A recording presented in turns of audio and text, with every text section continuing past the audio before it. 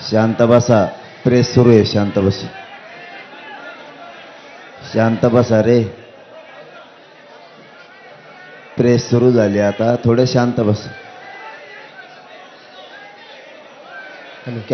कॅमेऱ्यावाल्याला त्रास नका देऊ. कॅमेऱ्यावाल्याला कुणी आपल्या पोरांनी त्रास देऊ नका. काय होतं बोला.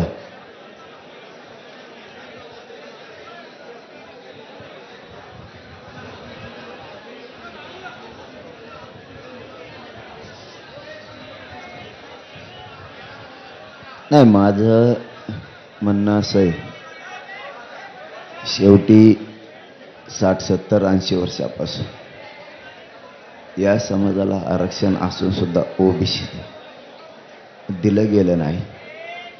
म्हणून हा प्रचंड मोठी वेदना आहे. याला राज्य सरकारनं, मुख्यमंत्र्यानं याला गर्दी समजू नाही, तर याला वेदना समजावी.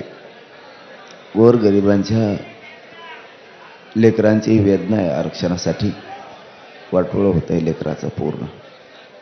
म्हणून या गरीब मराठ्यांचे लोक मुंबईत आलेत. सर्वसामान्य मुंबईकर आणि श्रीमंत मुंबईकर सगळ्या जाती धर्माचे लोक आमच्या गरीब मराठ्यांची सेवा करतायत. काय आता आर्डर माग भंगार गोळ्या झाले कामान धामाचे नसते. आर्डर ते सारखं प्रेस म्हणलेलं सुद्धा कळत नाही तुम्हाला. गोरगरिबांच्या आयुष्याचा लेकरांचा प्रश्न आहे म्हणून मुंबईत आले सगळेजण गरीब मराठीची सेवा करायला. त्याला गर्दी समजू नका. इथं सांगितलं 2-4 हजार थांबा म्हणून इथं येत, मग बाकीचे तिकडेच थांबणार. माझी राज्यातल्या गरीब मराठ्यांना विनंती आहे, तुम्ही जे राज्यभरातून आता मुंबईकडे कूच करायला लागलात, मुंबईकडे यायला लागलात, येताना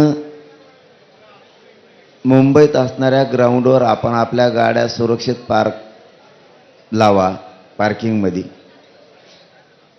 नंतर रेल्वेनं तुम्ही आझाद मैदानला या. ही एकदम सोपी प्रक्रिया आहे.